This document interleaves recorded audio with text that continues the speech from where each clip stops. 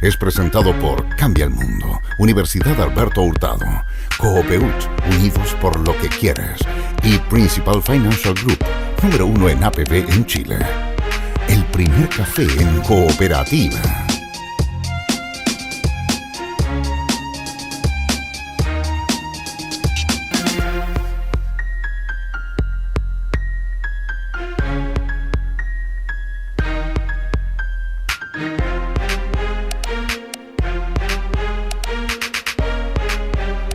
Bueno, queremos contarle que la educación pública chilena ha estado por 35 años anidada en una institucionalidad que la hizo completamente desigual. Así lo establece el artículo Educación Pública. La tercera es la vencida, publicado por investigadores del CIDE, de la Universidad Alberto Hurtado, y la publicación está disponible en www.uahurtado.cl. Cambia el mundo. Universidad Alberto Hurtado. ¿Por qué estamos contando todo esto? Porque ya estamos instalados en el primer café. No les llega el café todavía, les traen agüita para cambiar el mundo. Agüita fresca, es agua mineral con gas, sacada de las vertientes de las montañas del Valle Central, la cordillera de nuestro país. Jorge Correa Sutil era uno de los que hablaba recién, militante demócrata cristiano, abogado, consejero del Colegio de Abogados. Muy buenos días, don Sergio Campos. Buenos días a los auditores. Esperamos ser dignos de la atención. Ya, pues vamos a ver acaso comparten amistosamente o en forma polémica, todas las opciones son válidas, con Camilo Escalona, ex senador de la República, ex presidente del Senado, vicepresidente del Partido Socialista. Muy buenos días. ¿Qué tal? ¿Cómo está? Muy bien. Está todo el mundo sonriente acá, no sé qué pasa. Está fluido el tránsito. El tercero un poco menos, pues, un poco menos sonriente. Pedro Pablo Errázuriz, vicepresidente de Evópoli, Evolución Política. ¿Cómo está? Muy bien, muy buenos días, Sergio. Todo muy contento, verdaderamente. ¿Por qué tanta alegría? Estuvimos conversando, intercambiando ideas. Ya me golpearon. Es la ocasión de Evópoli. ¿Sí? Claro, ahora no hay fuerza de la derecha como Evópoli. Una fuerza nueva que pueda reorganizar la derecha después del descalabro que está sufriendo. Y hacer un comentario respecto a eso, que presentamos las firmas a mediados de febrero.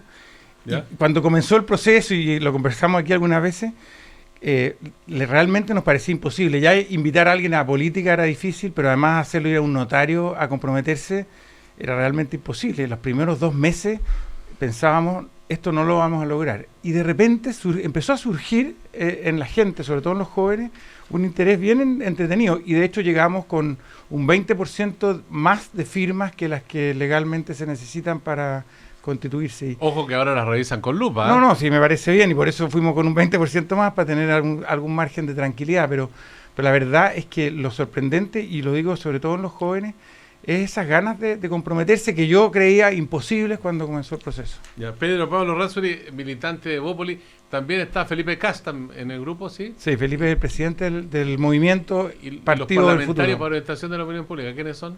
Felipe Cast, por ahora. Sí, nuestro desafío es tener más parlamentarios en las próximas elecciones. Nosotros partimos como movimiento y Felipe era el único parlamentario. Luciano, que también forma parte, Luciano Cruzcoque, hizo un intento un poquito complejo por Antofagasta, pero quedó antes de partir la carrera fuera de concurso. Evópoli quiere tomar algunos de diputados que va a perder la UDI. ¿Sí? Sí. Ocupar una parte de esas postulaciones, ya. Claro, sí, es lógico, ¿no? Sí, bueno, ¿y a Lili Pérez no han tratado de llevársela, no? Tuvimos al comienzo, cuando los dos movimientos partimos, varias conversaciones, pero sentimos que hay algunas diferencias que no son tan menores. Creímos que era posible, pero no, me parece que tenemos un foco distinto. Nosotros creemos que es fundamental la unidad del centro y centro-derecha y el esfuerzo que ha hecho Evópoli por mantener una cohesión aún en la diferencia, y en eso hemos marcado una distancia de los otros, es fuerte. Lili Pérez fue muy dura con Longueira, y sobre todo metió a Piñera al baile. Dijo ídolo con pies de barro, dijo por Longueira. Sí, y dijo que Piñera tenía que salir a hablar. Esa es una posición de Evópoli también, don Pedro Pablo, para ir achicando la cancha, digo yo. Nosotros creemos, yo respecto a Pablo, este es un tema profundo a mí, complicado. Primero le tengo mucho cariño, así que hablo muy desde una cosa muy íntima, y creo que como miembro del gabinete, un hombre muy leal, muy trabajador, muy inteligente y además en muchas actitudes de país, una persona muy comprometida, un político que realmente creía en la democracia y por lo tanto trabajando por el país incluso en contra de sus propios intereses en muchas oportunidades. Así que este es un tema que me tiene realmente muy complicado. Yo creo que desgraciadamente ha sido juzgado públicamente sin la posibilidad de defenderse. Bueno, escuchemos a Pablo Longueira, parte de lo que dijo ayer en la última jornada, porque su intervención fue bastante extensa, habló 9 minutos 47 segundos, pero este es un trocito de lo que dijo. Soy un hombre honesto. Chile vive hoy una hora que requiere gestos y actos concretos. Por eso he resuelto renunciar a la militancia en mi partido para volver a postular solo cuando los tribunales de justicia acrediten que no he cometido delito alguno. Es esta una decisión muy dolorosa de mi vida. Evito con ello que mi presencia pueda usarse para afectar aún más nuestro proyecto político. ¿Hay efectos sobre el proyecto político a que hace alusión Longueira con su retiro desde la Unión Demócrata Independiente y sobre la coalición de la que forma parte la UDI? No, yo creo que en esta circunstancia era lo único que podía hacer. Pedro Pablo Razo. Efectivamente, y en eso obviamente hay mucha nobleza porque es un gesto grande, pero yo también creo que era lo que una persona de la estatura de él tenía que hacer, y yo creo que lo deberían hacer todos, los que están con un grado de cuestionamiento público tan grande, deberían dar un paso al lado mientras no se demuestre que son inocentes en el caso de que sean inocentes. Yo encuentro bien grave que todas estas personas están siendo públicamente juzgadas y se ha fallado en contra de ellos antes de que tengan la defensa. Pero el caso de Pablo para mí es particularmente doloroso porque le tengo mucho cariño y creo que realmente, desgraciadamente, lo que ha salido en la prensa es grave y por lo tanto debe hacer una buena defensa y ojalá, yo espero que así sea, pueda demostrar que la información que se ha visto es parcial y por lo tanto que hay antecedentes que lo aclaran. Ahora, Camilo Escalona, tu camarada Osvaldo Andrade, que fue presidente del Partido Socialista, dijo que este era un gesto inútil en la renuncia de Longueira. Bueno, no voy a comentar lo que dice Osvaldo, porque no sé a qué se referirá con esa frase, pero yo creo que el drama que vive la UDI se refleja en la grabación que acabamos de escuchar. Porque cuando Longueira dice que renuncia, lo aplauden. Bravo, Pablo, buena Pablo. Hay unas personas ahí en el público que respaldan esa conducta. Y lo que están aplaudiendo es ni más ni menos que un presidente 3 veces consecutivas y su figura más emblemática en la actualidad se va del partido. O sea, eso refleja la profundidad de la situación crítica que vive ese partido. Entonces, yo quisiera referirme al tema de fondo, si me permite, Sergio. ¿Cómo no? Porque yo entiendo que la opinión pública deberá también tener curiosidad para saber cómo asumo yo mi responsabilidad personal en la discusión de ese proyecto de ley. Porque este proyecto de ley relativo al royalty se discutió en el Senado de la República cuando yo era senador. De manera que yo también quisiera aludir a mi responsabilidad. ¿Tú votaste a favor o en contra? A favor. A favor. Claro, porque este proyecto tuvo 2 momentos. Antes del rescate de los mineros y después. Antes del rescate de los mineros lo votamos en contra en el Senado y se rechazó. Y fuimos a comisión mixta, porque este es un detalle muy importante, porque el Ejecutivo entonces tenía mayoría en la Cámara de Diputados, de manera que nosotros, la oposición entonces, recibíamos en el Senado un proyecto que tenía el respaldo del Ejecutivo y que tenía el apoyo de la Cámara de Diputados, por mayoría, pero estaba institucionalmente aprobado por la Cámara. Y tenía como propósito aumentar la recaudación de recursos, incrementando la ley de royalty. Entonces, en el Senado, era tan esmirriado el proyecto en su primera propuesta, que nosotros, la oposición entonces, lo votamos en contra. Y luego de que se produce el rescate de los mineros en los días en que se estaba en proceso, no estaban rescatados todavía, pero se había logrado establecer que ellos estaban vivos, que estaban los 33, y hubo un alza enorme de la popularidad del gobierno de Sebastián Piñera, enorme, y de su ministro de Minería, Lawrence Goldborn, que tramitaba el proyecto por el Ejecutivo en Valparaíso. El gobierno introduce cambios en ese proyecto. ¿Con qué propósito? Para aumentar la recaudación fiscal, con el propósito de hacer frente a los gastos por la tragedia del 27F. Entonces, a mí doy esta explicación por una razón muy simple, porque las cosas se analizan en Chile lamentablemente sin memoria, sin el contexto, ¿no? Sin saber de qué estamos hablando. Es decir, nosotros votamos por un proyecto para aumentar los impuestos a las mineras. La crítica era que lo que se aumentaba era muy poco, que era irrelevante.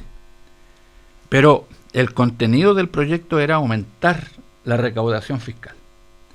Y en la discusión que se abrió, los parlamentarios de oposición entonces conseguimos corregir el proyecto en dos aspectos. Uno, disminuir los años de la llamada invariabilidad, disminuirlos de 8 a 6 si la memoria no me engaña. Y segundo, cambiar la tabla de la aplicación del impuesto. Y se estableció una tabla móvil. Mientras más ganancia, más impuesto. Es decir, en una época de auge del precio del cobre, que este había traspasado los $4 la libra de manera bastante amplia, la tabla permitía aumentar el impuesto, es decir, que las mineras pagaran más. A menos ganancia, menos impuesto. Sobre el impuesto existente, estamos hablando del impuesto específico.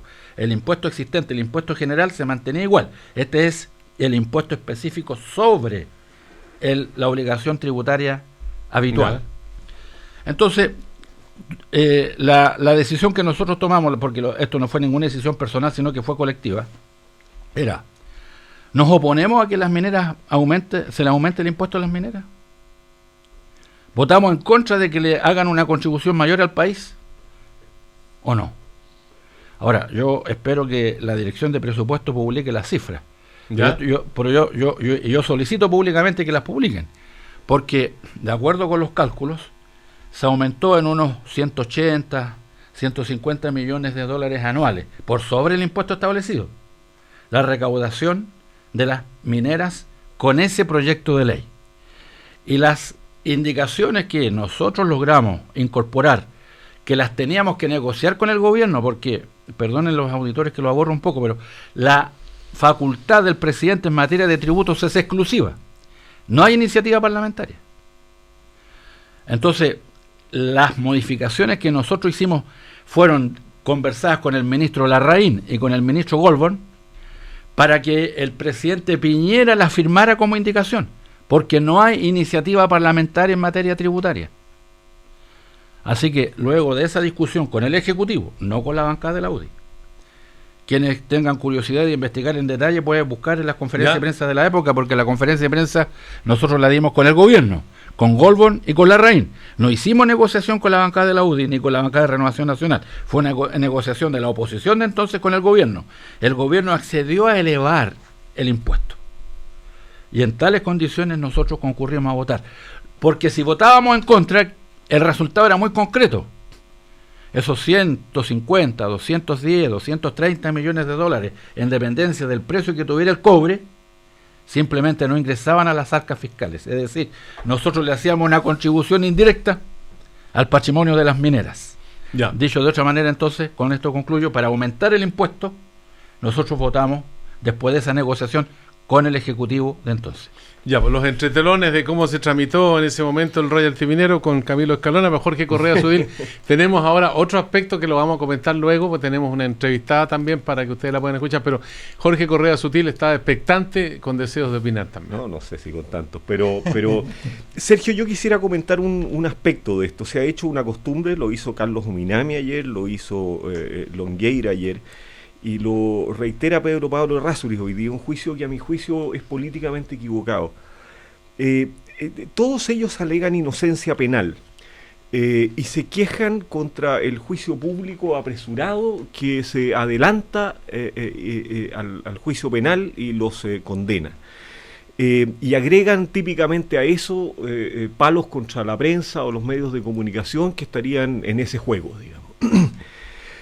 A mí me parece que hay un juicio público que tiene una cierta autonomía respecto del juicio penal.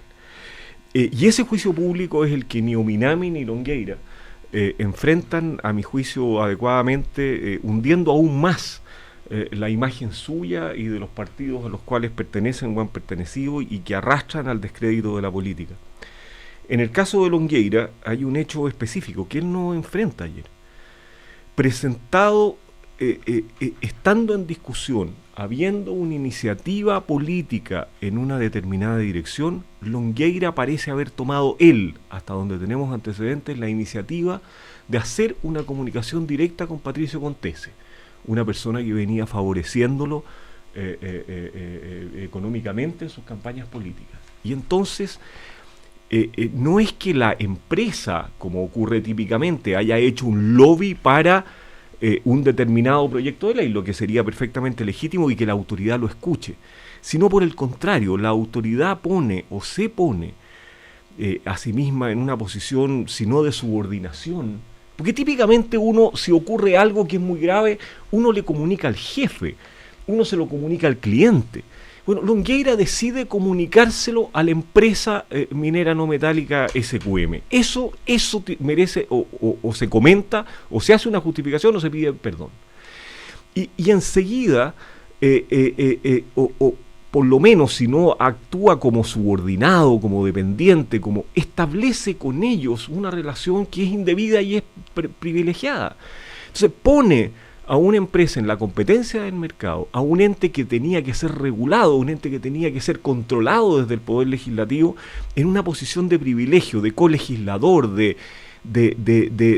información rápida, no digo privilegiada, sino rápida, para que esa persona tenga el privilegio de poder participar desde temprano en el proyecto de ley. Entonces a mí me parece que eso es lo que está condenando la política, ese maridaje, ese control, ese cierto control del dinero a la política. De eso me parece a mí que es responsable políticamente Pablo Longueira. No es el juicio de cohecho en los tribunales lo único que está siendo sometido a juicio, y ante eso Longueira no dice una sola palabra.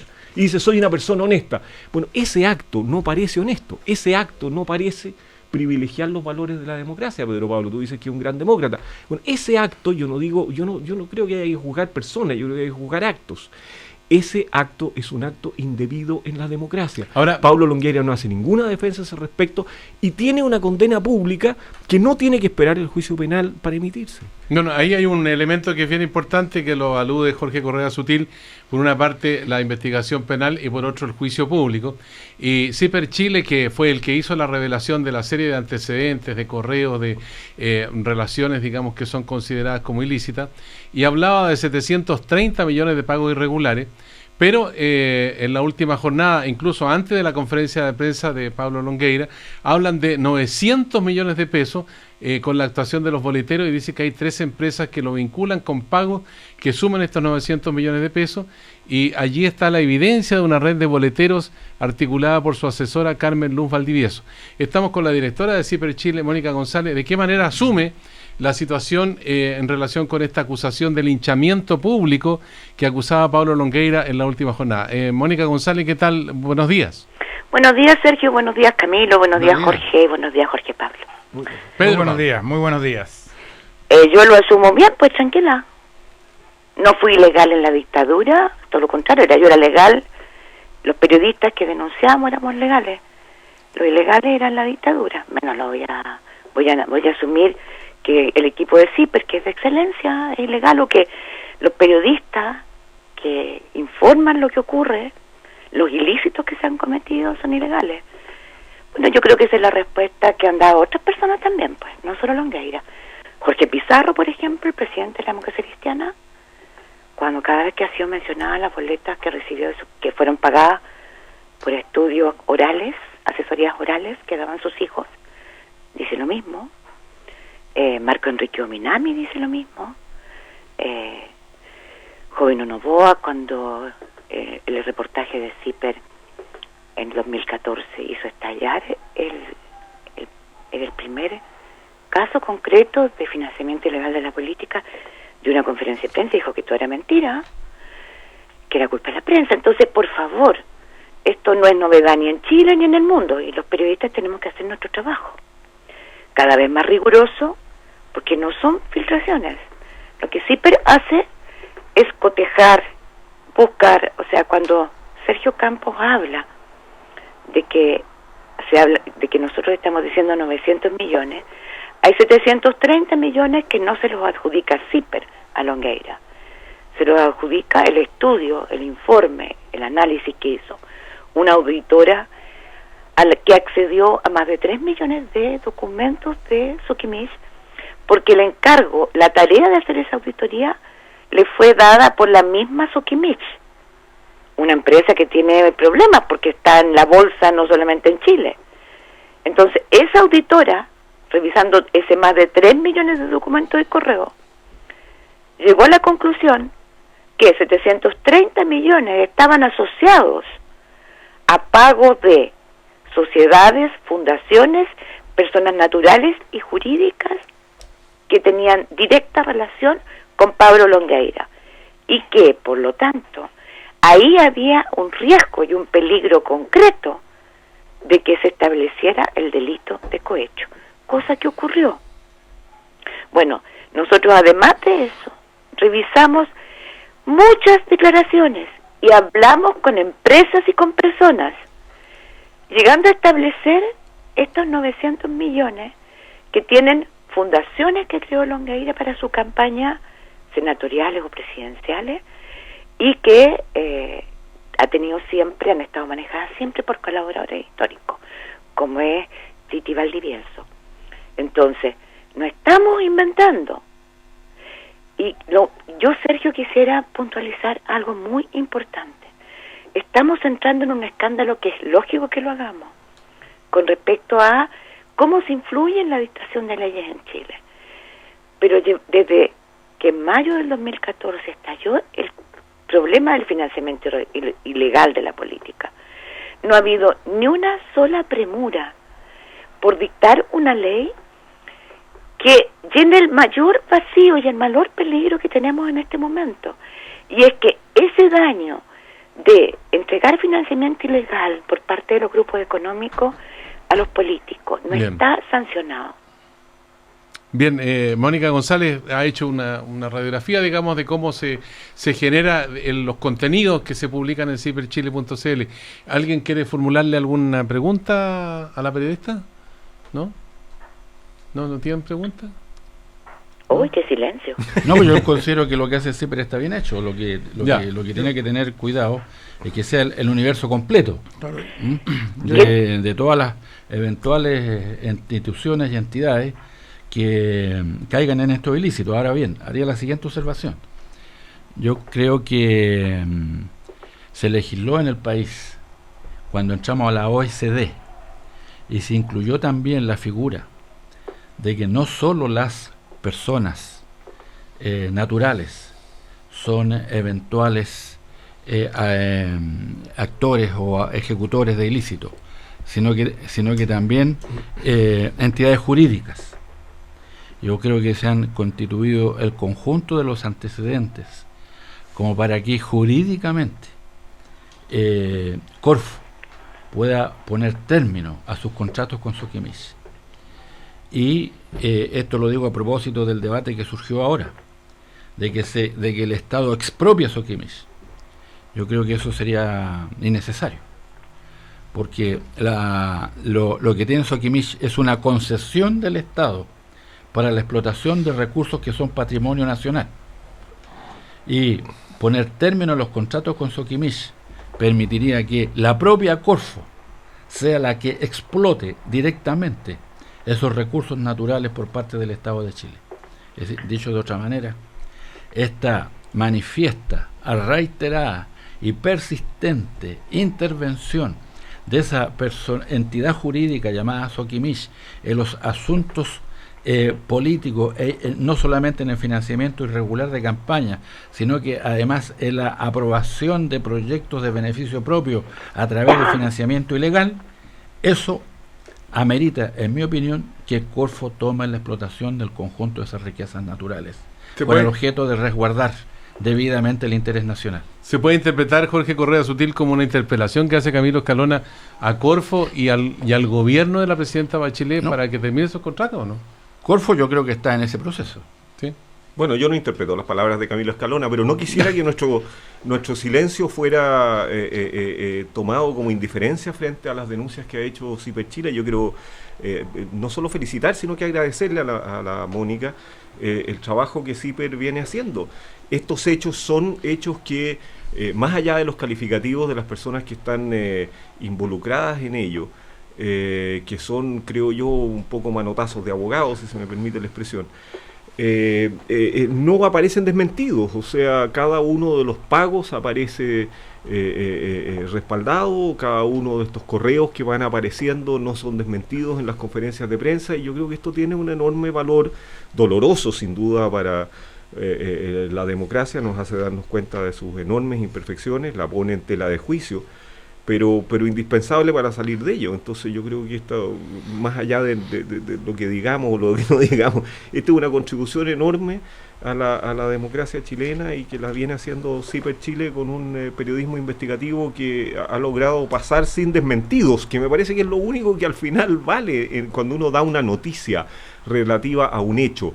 Y las conferencias de prensa de ayer de Longueira y de Ominami no desmienten ningún hecho de aquellos que han salido a la luz pública. Pedro Pablo, a mí también me gustaría apoyar eso mismo. Yo realmente creo que el periodismo está en su obligación de informar, y creo que en general ha habido mucho valor en el periodismo frente a las cosas que surgen y que con valentía y con bastante transparencia se presentan. Y yo creo en ese sentido, si se ha interpretado mi silencio como que me preocupa, quiero decir todo lo contrario. Yo creo que es muy sano, y agradezco al periodismo de lo que ha hecho, y a CIPER en particular. Creo que tienen una responsabilidad enorme de entregar el espectro más amplio de la información, de modo a asegurar una cierta ecuanimidad. Y cuando yo hablo del juicio público, más bien lo hago en el sentido de que filtraciones o descuidos o malintención de personas que están llevando un proceso deben ser cuidadosos, porque es mucho más difícil para un juez después fallar frente a una acusación que ya el público ha demostrado como ha dado como válida, y en ese sentido a mí me parece que el rol del periodismo está clarísimo y correcto. Mi preocupación está mucho más centrada en los fiscales y los jueces. Yo creo que históricamente los jueces se han visto afectados por la influencia popular en todo sentido, de fuerza en algunos casos, de personas y de rating en otros, y por lo tanto preferiría que muchas de estas cosas se analizaran más confidencialmente primero, de modo de tener la certeza de que uno ha tomado todos los argumentos, pero el rol del periodismo me parece muy sano, y creo que además ha ayudado mucho en este proceso doloroso que es reconocer que muchas cosas se hacían muy mal. Mónica González, sí, Mónica González, una palabra final porque estamos horquillados por el tiempo. No, sí, lo que yo quería decir es que yo, agradezco muchísimo los halagos y las flores, porque de verdad a nosotros nos sirven mucho cuando nos atacan. Y eso es muy importante, que se reconozca el rol del periodismo. Pero yo quería decir algo más importante. Mira, Camilo hablaba de Sokimich. Yo no puedo estar más de acuerdo de que, y no solamente por el financiamiento ilegal de la política, las irregularidades que se cometieron durante más de 20 años en la fiscalización de los contratos del Salar de Atacama, que es un potencial millonario enorme, y la plata que ha ganado de más Sokimich, ahí están también con evidencia. Hay que leer el reportaje de CIPER. Y eso ya amerita que, tal como dice Camilo, no se expropie, sino que se le pongan término anticipado al contrato. Pero ahí está el correlato de los millones, pues. Se pagó mucha plata para poder tener ganancias millonarias a través de contratos sin fiscalización.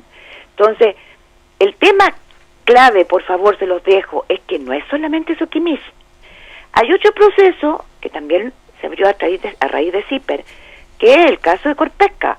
La ley de pesca está con un manto de cuestionamiento terrible, porque efectivamente Colpesca pagó soborno y está probado.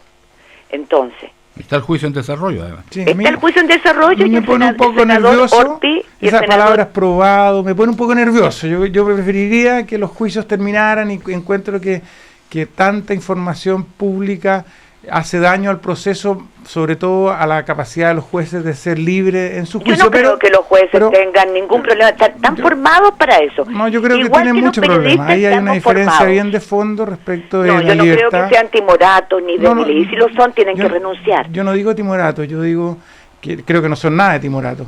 Creo que tienen que hacer su trabajo bien hecho. A mí lo que me preocupa es lo de Camilo. Perdón, el que impacto, tiene toda la razón. Mónica, el impacto de la presión de la gente, del rating, efectivamente dañan su capacidad de juicio. Yo creo que en algunos casos sería mucho mejor que el proceso fuera más confidencial, pero eso no tiene nada que ver con muchas veces no se avanzaría, porque así está demostrado. Si el periodismo de investigación ha demostrado en Chile, el buen periodismo, que avanza más rápido que la justicia, no con expedientes, con testimonio. Por ejemplo, se siguen los rastros de tráfico marino. O sea, hay una cantidad de cosas que hace el periodismo de investigación bien hecho. A mí lo que me preocupa es lo que dice Camilo. Camilo dice algo absolutamente clave, que no sea para un solo lado. Y esto es para jueces, impuestos internos y Ministerio Público. Y para el periodismo, obviamente. CIPER no es tuerto. En CIPER no somos tuertos. En CIPER hemos investigado la precampaña de Michelle Bachelet, la campaña del 2009 de Eduardo Frei, que yo no entiendo por qué no ha sido interpelado, a Jorge Pizarro con Soquimich, y por favor, insisto, aquí han surgido más de 20 otras empresas que financiaron ilegalmente la política y a distintos políticos de todo el espectro. Esto no se puede cerrar administrativamente. CIPER Chile, la directora Mónica González con nosotros en el Diario de Corea. Muchas gracias, buenos días. Gracias, Mónica. Muy buenos días. Bueno, hacemos una pausa, volvemos en un instante aquí en el primer café, una nueva mañana en Cooperativa con una pregunta. ¿Perderías hasta un 40% de tu bono? Aprovecha los beneficios tributarios del APB e inviértelo en Principal Financial Group número 1 en APB en Chile y líder global en inversiones y pensiones. Decídete y duerme tranquilo. Pide tu crédito de consumo Coopeuch hasta en 84 cuotas y continúa construyendo tu sueño junto a tu familia. Coopeuch, unidos por lo que quieres. Una pausa con don Marcos Concha. Tiene la voz sonora ahora toda para él. Gestión escolar, políticas educativas, pedagogía y didáctica son algunas áreas en que la Universidad Alberto Hurtado imparte sus programas de posgrado y educación continua. Facultad de Educación, Universidad Alberto Hurtado.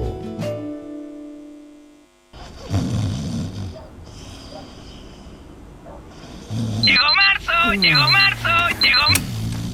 Hay que pagar cuentas, hay que pagar cuentas, hay que pagar...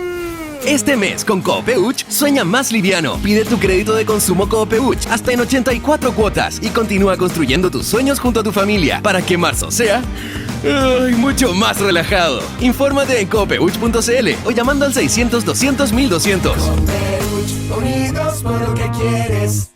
51 ovejas, 52 ovejas, Diego, 53 ovejas. Quiero dormir. ¿Ah? Silencio. Ya. 54 ovejas. Diego, 55. Invierte el bono en Principal y duérmete tranquilo. ¿Perderías hasta un 40% de tu bono? Este año inviértelo en Principal y aprovecha los importantes beneficios tributarios del APB. Ahora dormirás tranquilo. Principal Financial Group, número 1 en APB en Chile y líder global en inversiones y pensiones. Total de activos incluye activos de Cuprum, AFP, Asociación de Fondos Mutuos y Superintendencia de Pensiones. Diciembre 2015. No te asombres. Soledad Pastoruti, La Sole en concierto. Vuelve La Sole, la más grande expresión femenina del folclore argentino. Viernes 29 de abril, Teatro Nescafé de las Artes, 21 horas. Entradas, sistema Ticketek. Y sábado 30 de abril, Casino Enjoy Viña del Mar, 21 horas. Entradas, sistema Punto Ticket. La Sole en Chile. Colaboran Radio Cooperativa y Happening. Patrocina Embajada de Argentina. Produce Swing. La Libertadores se vive al aire libre. Hoy Imperdible. Colo-Colo, Atlético Mineiro. El cuadro albo con todo para dejar los puntos en casa y quedar al tope del grupo 5. Frente a Robinho y compañía. Copa Libertadores. Hoy, 8 de la noche. Al aire libre en Cooperativa. Los viajes a dejar a los niños al colegio, los paseos de fin de semana, las idas al cine, las juntas con los amigos, las salidas a comer. En marzo vuelven muchas cosas buenas. Volvió Toyota Sale. Modelos espectaculares con bonos imperdibles. Cotiza el tuyo en toyota.cl o acércate a cualquiera de los concesionarios Toyota a lo largo del país y aprovecha la oportunidad de tener el modelo Toyota que siempre quisiste. ¡Apúrate! El tiempo pasa volando y Toyota Sale es solo hasta el 31 de marzo. ¡Aprovecha hoy! Toyota Sale. Ya comenzó el Festival de Sabores en el Bohío, el restaurante al aire libre de Sheraton Santiago. Disfrute de su nueva temporada de verano con exquisitas carnes grilladas, su variado buffet, alternativas de platos de pescados y pastas y la reconocida olla del chef. Conozca las deliciosas tentaciones que cada día se preparan en el Bohío de Sheraton Santiago, de lunes a domingo en horario de almuerzo y cena. Reservas al 222-33-5000, anexo 7026. El día está para un cevichito, ¿ah? O para un congrio a la mantequilla, quizás unos camarones, un pulpo o un jardín de mariscos. Encuentra todos los productos del mar al mejor precio desde este 9 al 13 de marzo en el Mercado de Pescados y Mariscos Jumbo, donde la calidad no cuesta más.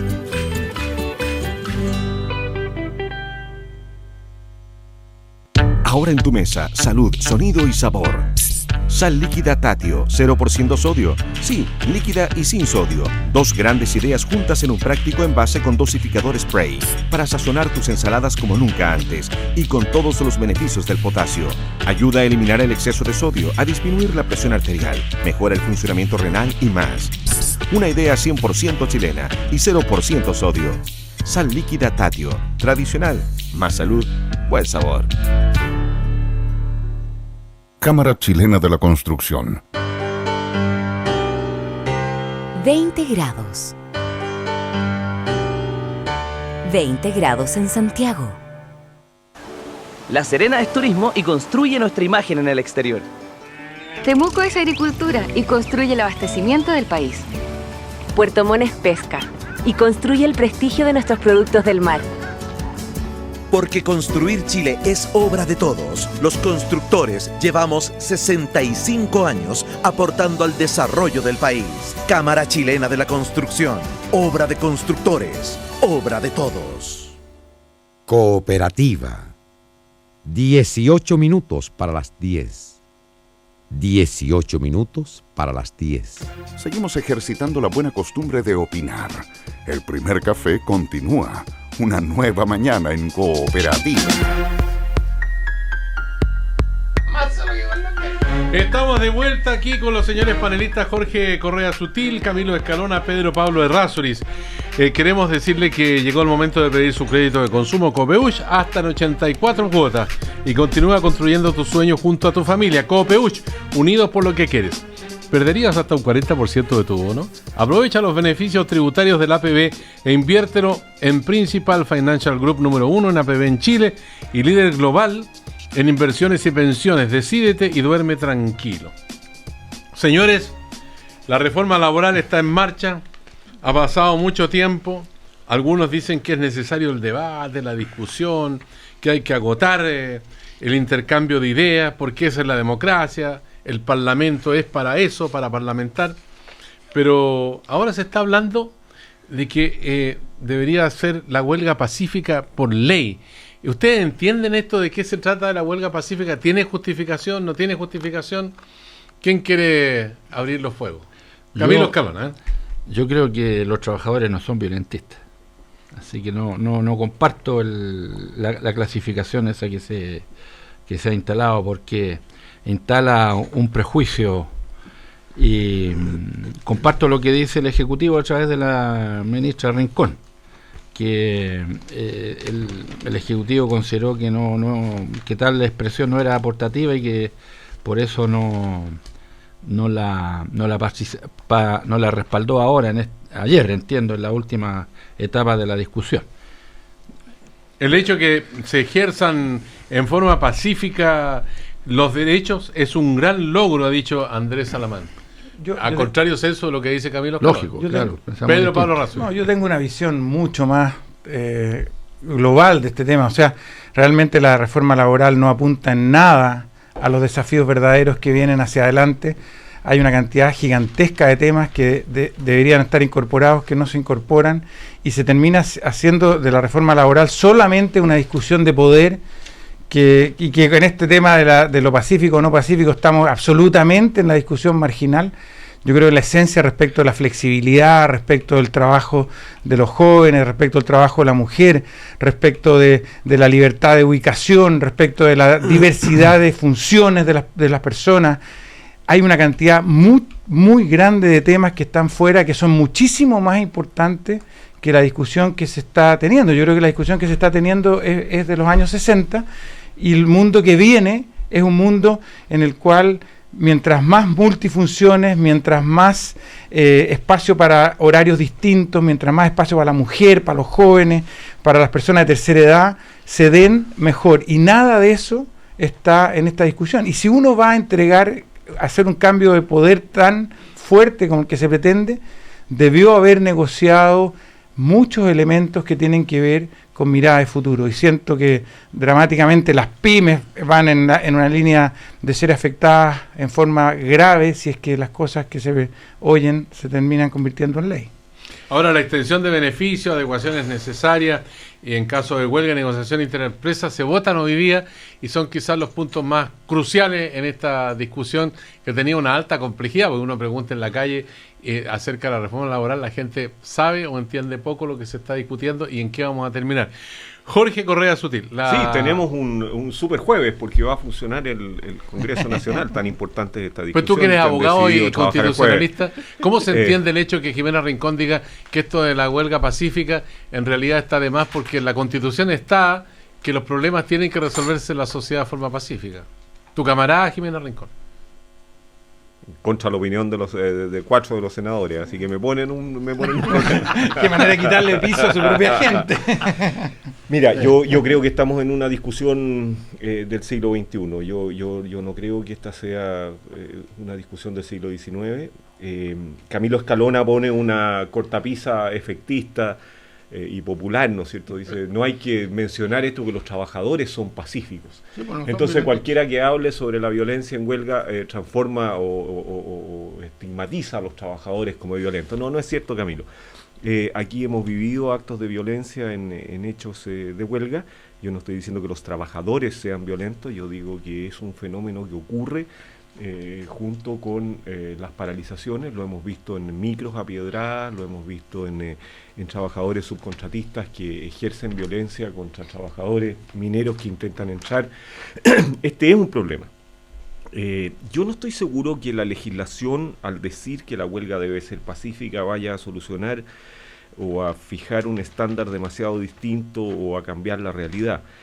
La discusión es bien delicada, porque ¿a qué tienen exactamente derecho los trabajadores que están en huelga y que no son todos los trabajadores de la empresa? ¿Qué pueden hacer respecto de aquellos trabajadores que quieren seguir trabajando?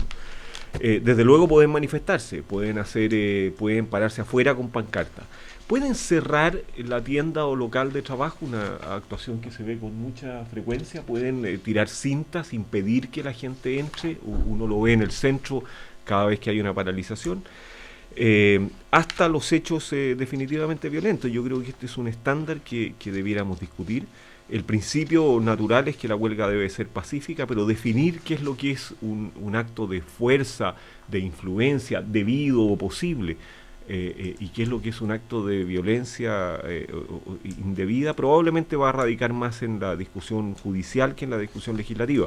Pero no me parece una discusión ni de tiempo pasado ni necesaria, porque los trabajadores sean pacíficos como si fuesen todos ángeles. Somos todos un poco ángeles y un poco demonios, los trabajadores también. Ya, Camilo Escalona fue directamente aludido Me tocó la oreja, es usted. Sí. Un poquito.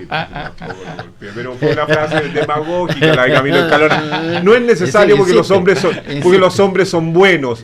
No es necesario que las mujeres son buenas. No, por favor. Demagogo y populista, Camilo Escalona hablaba. Exactamente. Por una vez, porque habitualmente un hombre serio. Exactamente.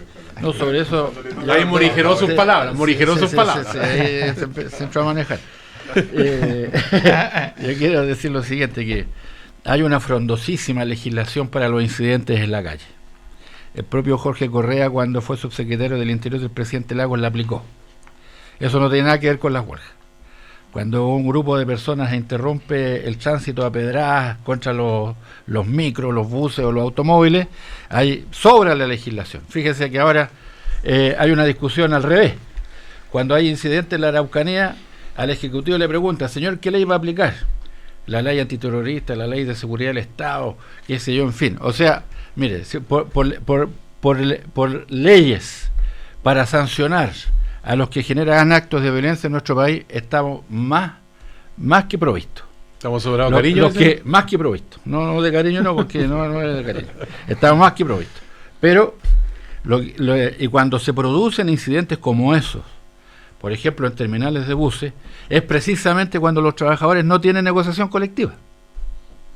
Cuando no existe un instrumento legal que le permita a los trabajadores defender su interés. Entonces, en consecuencia, cuando aquí no estamos hablando de un tema de orden público, aquí lo que estamos hablando de un tema laboral. Y por lo tanto, yo insisto que no tendrían por qué confundirse dos discusiones que son completamente diferentes. Incluso la opinión pública está, yo creo que, cansada de ver una mala aplicación con un espíritu exacerbadamente garantista, que el rigor de los instrumentos legales para aplacar actos de violencia, en muchos casos, simplemente no se aplica. Entonces lo que aquí no, por favor, no confundamos lo hecho. Lo que aquí estamos tratando de hacer, ojalá con el mayor grado de acuerdo posible dentro del país, es instrumentos legales que le permitan a los trabajadores fortalecer su negociación colectiva. Son de naturaleza diferente, en mi opinión, esos instrumentos jurídicos. Ya, algo más que agregar, Pedro Pablo Razzoli, para abrir en mi experiencia en Transantiago, efectivamente, en muchas oportunidades, sindicatos interempresas sin representación de trabajadores tenían actuaciones de fuerza para detener la marcha de la empresa, porque realmente no tenían la capacidad de representar a los trabajadores y querían exigencias por encima y efectivamente lo único que hacían era actitud violenta. Ahora yo comparto que si las herramientas son suficientes, tal vez no se necesita, a pesar de que resultaba muy difícil impedir todo el lanzamiento de piedras, bloqueo de terminales y todo en empresas que sí tenían derecho a huelga. Pero a mí me preocupa muchísimo más la cantidad enorme de temas críticos que son importantísimos para las personas, y digo, la flexibilidad laboral, el espacio para los jóvenes, un montón de temas que habría sido una oportunidad maravillosa para, dado que vamos a entregarle más poder a los sindicatos, que a mí me parece un camino equivocado respecto del bienestar general de los ciudadanos, pero si se va a hacer eso, se debió hacer con incorporación de muchísimos otros temas que son críticos y que tienen mucho más mirada de futuro que el balance de poder, que es relevante, pero marginal respecto de las posibilidades que tenemos con la ley. Pero Pablo Razzoli, como es del Colo-Colo, no me dijo ni populista ni demagogo. Y bien contento con el último partido de fútbol, para decir la verdad. Oye, les cuento que hay pasos que faltan todavía para el proyecto sobre aborto en la Cámara Baja, tras aprobarse en la comisión. Dice cooperativa.cl esta mañana. La próxima semana va a ser clave. Martes va a haber sesión especial y se va a votar totalmente el miércoles. El gobierno acercó posiciones con la Democracia Cristiana por causal de violación, pero en Renovación Nacional Francisco Chaguán ha dicho: no nos va a temblar la mano para defender la vida. O sea, se mantiene este debate acerca de si el aborto finalmente es un atentado contra la vida humana, y al mismo tiempo se habla, por otra parte, de la necesidad de que se reconozca la libertad de la mujer para decidir y que esto no es obligatorio. ¿Quién quiere abrir los fuegos? Bueno, probablemente Pablo yo comparto lo que dice Francisco Chaguán. Yo creo que aquí es una discusión que no tiene que ver con la libertad de la mujer de cortarse una uña cuando está en un proceso de aborto. Estamos hablando de una vida en formación y por lo tanto no se puede aplacar un crimen cometiendo otro. Y esa es mi visión. Yo creo que hay un ser vivo en el vientre de una madre y por mala que sea el origen, creo que... Caso de violación, dice. Caso de violación, que es terrible. O sea, no estoy tratando por ningún motivo de hacerme el tonto respecto de esa gravísima realidad. Hay un ser vivo en camino y es una alegría en el largo plazo para la madre, para todos, y por lo tanto, a pesar de su origen, por lo tanto, me parece un camino equivocado. En general, siento que cuando se discute la igualdad entre el hombre y la mujer, y la cantidad enorme de desigualdades y de dificultades que tiene la mujer para estar en esa igualdad, hay una gigantesca en contra del hombre, que es la posibilidad de tener un ser vivo en su vientre, y es algo que a mí me habría encantado poder, y no hay justicia que me permita tener esa oportunidad. Y yo lo creo realmente maravilloso, y por lo tanto en esto soy bastante... tengo una definición bastante clara. Jorge Correa Sutil, ¿cómo es el trámite del proyecto? ¿El contenido cómo quedaría? ¿Cuál es la visión que tiene? ¿Qué pasión provocan estos temas? Yo tengo muchas dudas y me fastidia la gente que tiene plenas y completas certezas en estos temas, porque creo que es una discusión difícil. Me parece que las dos primeras causales yo por lo menos no tengo... A mí me parece claro de que la inviabilidad del feto y el peligro de la madre debieran permitir, y yo creo que se ha producido ya un consenso y que esas dos se van a aprobar con facilidad. En el caso de la violación, a mí me parece una decisión bastante dramática. Creo que este ser en gestación, llámelo como lo llamen, algunos quieren llamarlo persona desde allí para poner una carga, otros la llaman cigoto, en fin. Pero este ser en gestación, ¿no es cierto?, tiene o debe tener alguna consideración y alguna protección por parte nuestra como principio básico. Me parece una decisión difícil.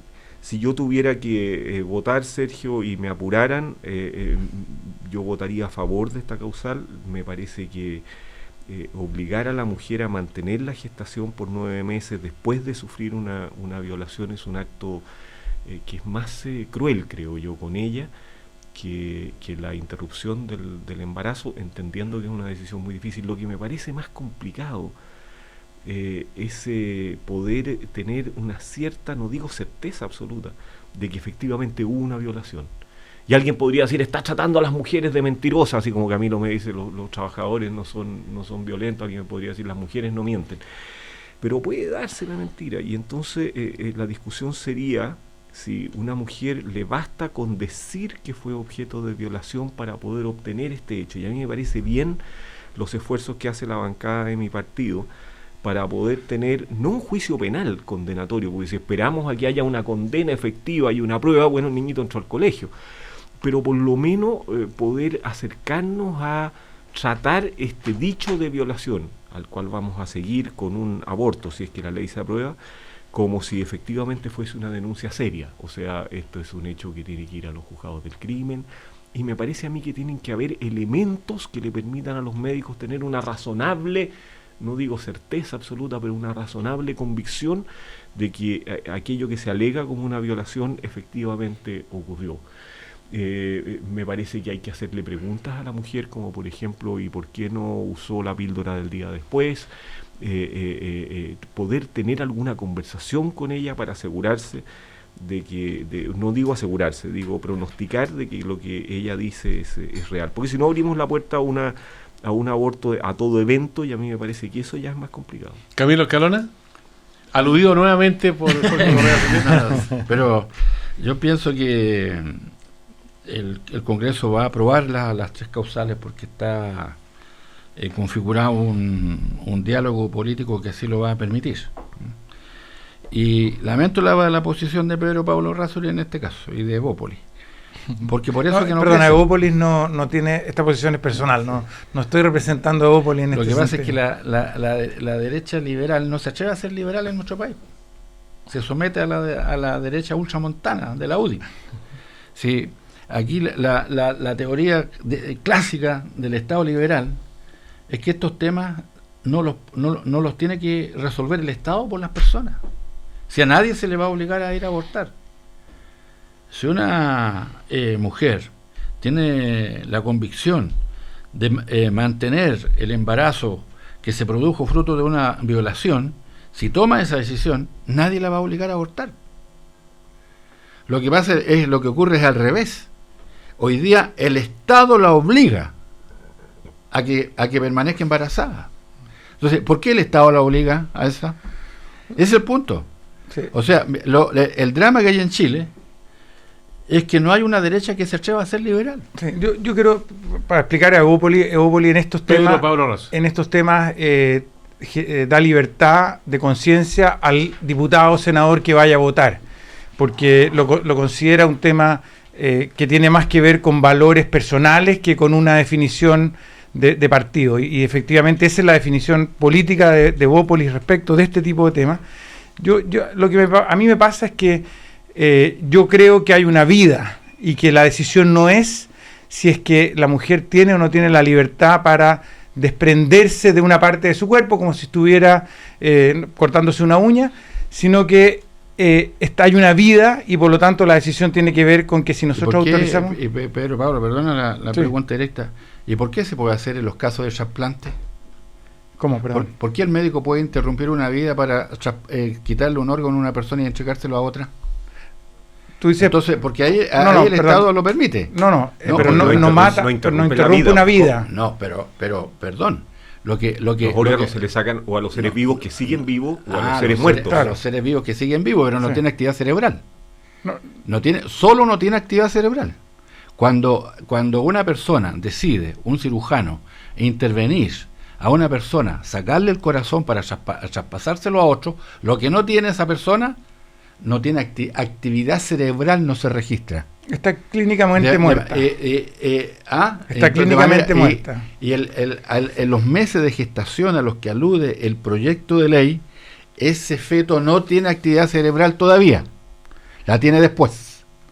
Entonces el Estado aplica un criterio en un caso y un criterio en otro caso. Bueno, entonces eso entera y totalmente arbitrario. En la discusión de Inglaterra pasa lo mismo. Lo que se argumentaba es que el ser que está por nacer no es capaz de vivir por sí mismo hasta una cierta cantidad de meses. Pero sabemos que la ciencia va a permitir que llegue hasta 2 días después del embarazo, del comienzo del embarazo. Entonces, la discusión para mí, y en ese sentido no tiene que ver tanto con la derecha si es liberal o no, para mí la discusión es que yo creo que hay una vida presente y que lo que se está haciendo es un crimen con esa vida. Si eso no es así, la posición podría ser distinta, pero esa es mi posición y no tiene que ver con... Pero ¿por qué tú le impones tu posición a la sociedad? Bueno, para don Pedro Pablo Razo y Camilo Escalona, Jorge Correa Sutil, eternamente agradecida, la audiencia también, el primer café en una mañana en cooperativa.